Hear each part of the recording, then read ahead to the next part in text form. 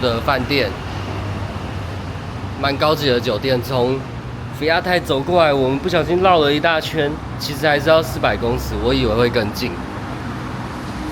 不过酒店确实蛮好的啦，离捷运也近。这是大厅。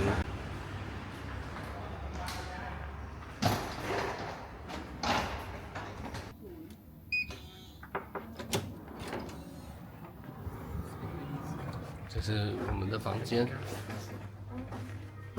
完全 fresh 新开箱，还蛮大的。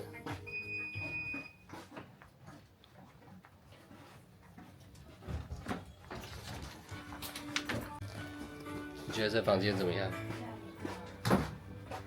现在要照厕所，然后有干湿分离，而且有浴缸哎。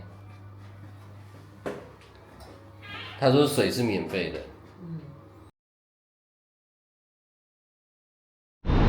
从我们的旅馆最快的出口应该是走这一个，可是这一个有好多楼梯哦。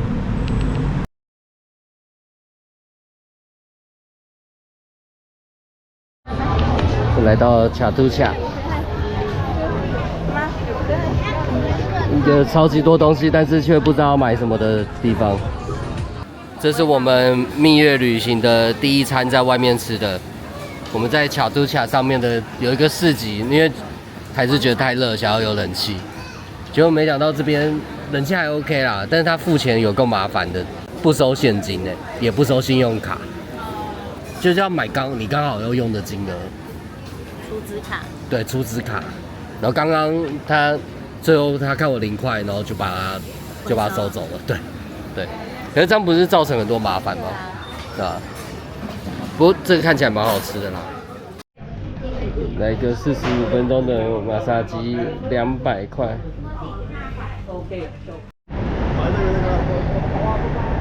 到了最有名的四面佛，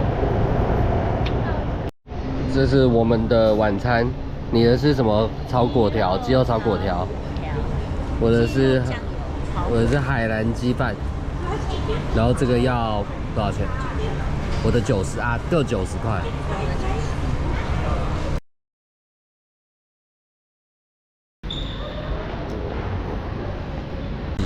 然后要坐小巴。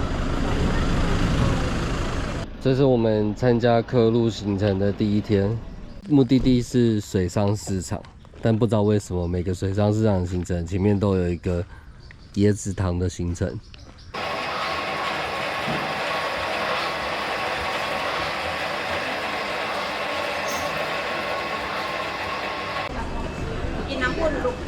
哦，原来这真的到嘞！要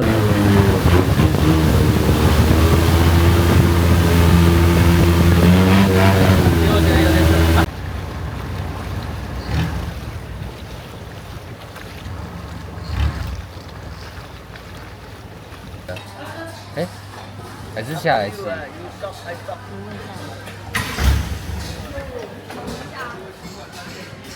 那个水上市场的感觉。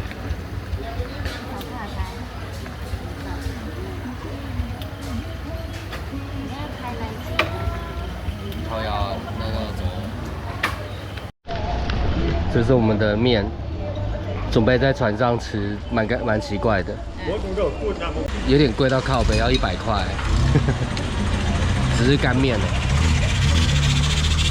我觉得整体水上买东西有点尴尬，他开去哪你就得吃什么。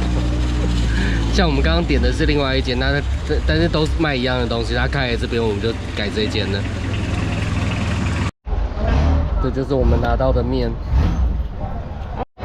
我们刚刚买东西吃的地方，这里才是我想象中的水上市场的样子。啊？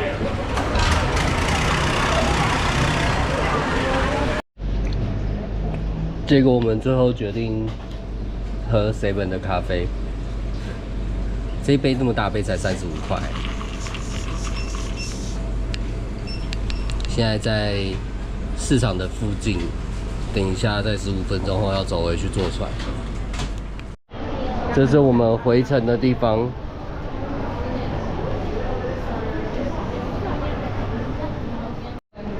逛完水上市场过来，这个被丢到一个 mall 里面。我一开始还傻眼，我以为会进去别的地方，我也觉得会回到原本的Siam Palace 那边。100块，120，要120，然后这个100，炸鸡100。一个炸鸡。哇，这是鳄鱼肉吗？真的吗？这都是虫。啊？